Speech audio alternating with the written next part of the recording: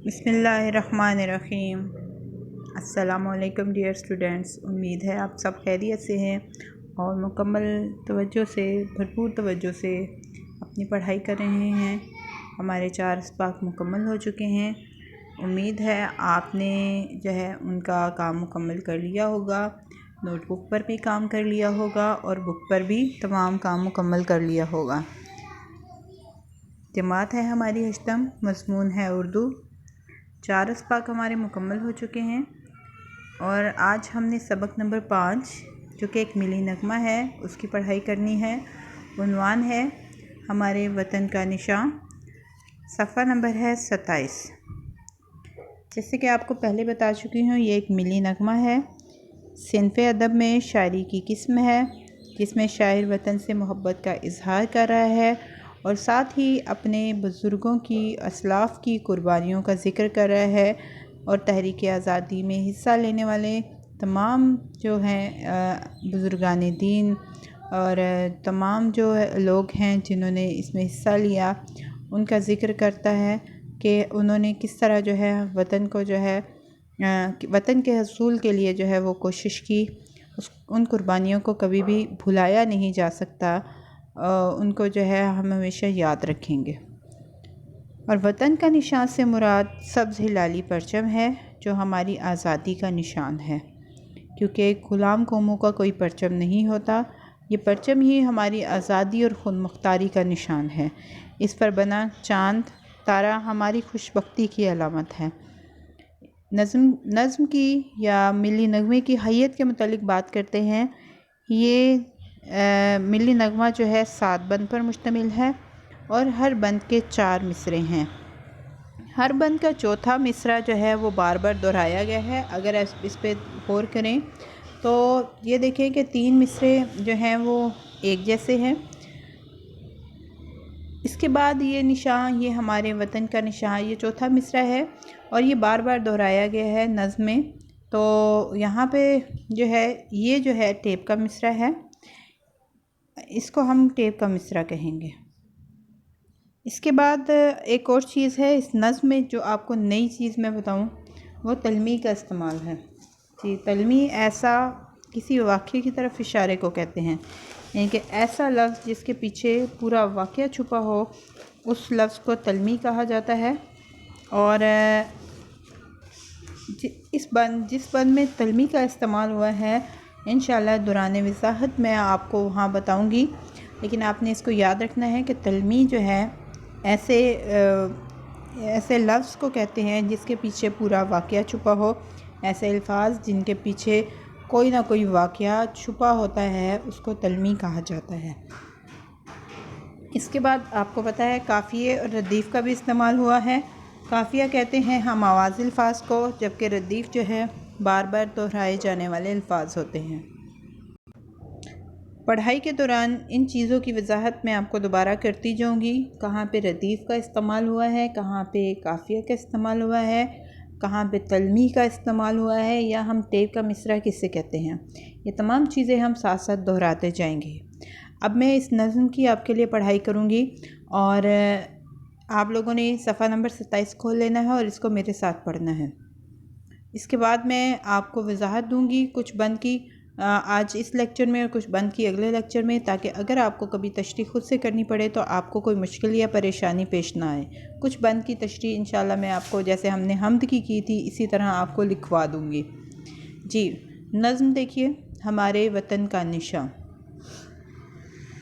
इससे रश्के फ़लक है ज़मीन वतन, इससे रोशन हुई है जबीन वतन, ज़र्रा ज़र्रा वतन का हुआ ज़ोफ़िशा। ये निशान, ये हमारे वतन का निशान। ये हिलाल आब है तैगे खमदार की, ये सितारा चमक बख्ते बेदार की। ये निशान कौम की सतवतों का निशान, ये निशान, ये हमारे वतन का निशान। ये निशान जिससे लर्ज़ा थे रोमो अजम, ये निशान जिससे तरसां थे खाकानो जम, ये निशान जिससे था सर निगूं एक जहां। ये निशान, ये हमारे वतन का निशान। ये निशान अपनी ज़रनी रवायात का, ये निशान गाज़ियों की करामात का, जिनका जोश मुसलसल था तैगे रवां। ये निशान, ये हमारे वतन का निशान। जिनके सीने मुनव्वर थे ईमान से, जिनके सीने मुनव्वर थे कुरान से, जिनके चेहरे फ़रोज़ां थे ईमान से, जिनकी हिम्मत कवी, जिनकी कुव्वत जवां, ये निशान ये हमारे वतन का निशान। इनकी हैबत से सहरा भी घबरा गया, लर्ज़े कोहो दमन दश्त थर आ गया, कांप उठी ज़मीं झुक गया आसमां, ये निशान ये हमारे वतन का निशान। ये हमेशा यूं ही लहलहाता रहे, जगमगाता रहे, जो दिखाता रहे, ये अब तक रहेगा यूं ही ज़ो फिशां, ये निशान ये हमारे वतन का निशान। शायर जमीलुद्दीन आली। जी, पहले बंद की तरफ आते हैं हम। इससे रश्क फ़लक है ज़मीन वतन। रश्क फ़लक का मतलब है ऐसा खूबसूरत जिस पर आसमान भी रश्क करे। अब रश्क का क्या होता है? ये आरज़ू कि जो चीज़ दूसरे को हासिल है मुझे भी मिल जाए, यानी कि उस जैसा बनने की ख्वाहिश करना। ज़मीन वतन, वतन की ज़मीन, जबीन वतन, वतन की पेशानी, तैग तलवार। ये तैग जो है वो दूसरे पद में इस्तेमाल हुआ है। ज़ो फिशां का मतलब है रोशन चमकदार। अब इसकी मफ़हूम में पहले आपको बता दूं कि शायर कहता है कि इस निशान यानी कि परचम की वजह से आसमान हमारे वतन की ज़मीन पर रश्क करता है। इससे हमारे वतन की पेशानी रोशन हुई, इसकी बदौलत वतन का ज़र्रा ज़र्रा चमक उठा और ये हमारे वतन का निशान है। यानी कि शायर कौमी परचम की खूबसूरती की बात कर रहा है और शायर कहता है कि कौमी परचम किसी भी आज़ाद और ख़ुद मुख्तार कौम की नुमाइंदगी करता है, उस मुल्क की इज़्ज़त और अज़मत और वक़ार की अलामत होता है। शायर अपने झंडे की तारीफ़ करते हुए कहता है कि मेरे वतन का झंडा इस कदर खूबसूरत है कि मेरे वतन के परचम की वजह से मेरे वतन की सरज़मीन खूबसूरत हो गई है कि आसमान भी इस पर रश्क करता है। हमारे असलाफ़ यानी कि बुज़ुर्गों ने बहुत मुश्किलात के बाद ये वतन हासिल किया और मेरे वतन का कोना कोना रोशनी से चमक रहा है। ये परचम मेरे वतन की पेशानी का झूमर है, इसकी वजह से पूरा वतन रोशन और चमकदार है। शायर ने बहुत सादा और मुख्तलिफ़ अंदाज़ में अपने परचम के बारे में अपने दिली जज्बात का इजहार जो है इस बंद में किया है। दूसरे बंद में आते हैं, दूसरे बंद की तरफ आते हैं। ये हिलाल आब है तैग खमदार की। ये हिलाल कहते हैं पहली तारीख़ों के चाँद को, जब चाँद बहुत रोशन होता है और बहुत बारीक होता है। और तैग खमदार मुड़ी हुई तलवार, बख्ते बेदार चमकती हुई या जागती हुई किस्मत, सतवत शानो शौकत। जी, इसका मफ़हूम भी बता रही हूँ आपको कि इस परचम पर बना हिलाल मुड़ी हुई तलवार की तरह चमकता है और इस पर बना हुआ सितारा हमारी जागती हुई किस्मत की अलामत है। ये कौम की शान शौकत का निशान है, ये हमारे वतन का निशान है। शायर अपने परचम की फिर तारीफ़ करते हुए कहता है कि इस पर बना हुआ चाँद इस तरह रोशन और चमकदार है जैसे मुड़ी हुई तलवार हो। इसकी तलवार की नोक जो है वो इस कदर तेज़ है, इस पर मौजूद सितारे की चमक इसके रहने वालों के अच्छे नसीब की अलामत है, यानी कि इस मुल्क के रहने वालों के अच्छे नसीब की अलामत है। और ये इस बात की अलामत है कि हमारा मुल्क जो है वो तरक्की की राह पर गामज़न है और इंशाअल्लाह जल्द ही इसका शुमार जो है तरक्की याफ्ता ममालिक की सफ़ में हो जाएगा। ये परचम इस कौम की अज़मत का निशान और शान शौकत की अलामत है। मुसलमानों का माजी बहुत चमकदार और रोशन था और मुस्तकबिल रोशन है। पाकिस्तानी कौम इसकी हिफाजत और सरबुलंदी के लिए किसी किस्म की कुर्बानी से दरेग नहीं करेगी। इसी की बदौलत बाकी दुनिया पर हमारी धाक है, हमारा रोब कायम है। जब हम अपने परचम को देखते हैं तो ये हमारे ताबनाक, चमकदार, रोशन माजी की याद दिलाता है। ये परचम ये परचम ही इस दुनिया में हमारी पहचान का सबब है। तीसरा बंद देखिए, ये निशान जिससे लर्ज़ाते रोमो अजम, ये निशान जिससे तरसाते खाकान अजम, ये निशान जिससे सर निगूं था एक जहां, ये निशान ये हमारे वतन का निशान। लर्ज़ा लरज़ने वाले, डरने वाले, तरसा खौफज़दा, सरनिगूं झुका हुआ, सर झुका हुआ। और यहाँ पे देखें रोमो अजम की बात हुई है और खाकान जम की बात हुई है। सबसे पहले इसका मफ़हूम बताती हूँ, फिर मैं इसकी वजाहत में इनके मायने बताऊँगी। शायर कहता है कि इस परचम से रोमो अजम डरते थे और ये निशान जिससे खाकान जम भी खौफज़दा थे। ये वो निशान है जिसके सामने एक दुनिया सर झुकाती थी। ये हमारे वतन का निशान है।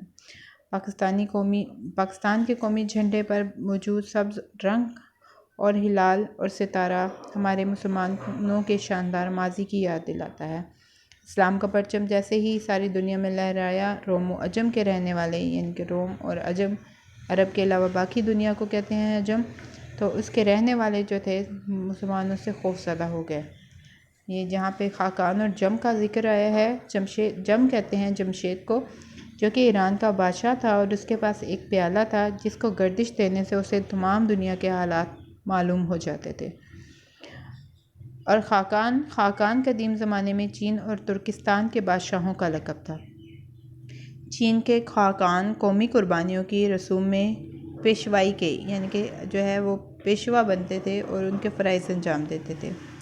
शायर कहता है कि खाकान और जमशेद भी मुसलमानों की अज़मत और शान और शौकत के मुतारिफ़ थे, यानी कि तारीफ़ करते थे, उनसे डरते थे, खौफज़दा थे और इस अज़ीम परचम के आगे एक दुनिया सर झुकाती थी।